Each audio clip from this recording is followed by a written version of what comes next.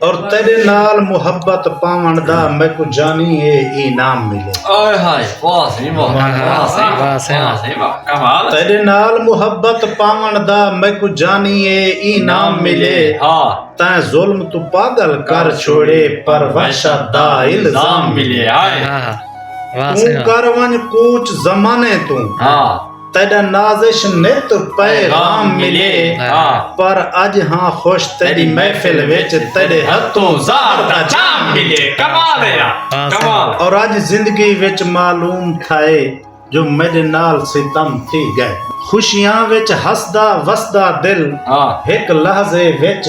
غم تھی گئے میں پیار دا تحفہ پنن گیا واہ صحیح واہ میں پیار دا تحفہ پنن گیا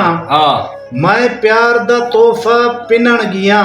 کملیج تے شوق سنم تھی گئے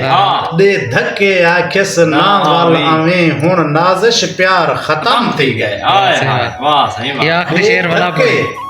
دے دھکے آکھس نا آویں ہن نازش پیار ختم تھی گئے تائیں وانگ ہسی بیا کوئی کہنی مخلوق کروڑاں پدمے وچ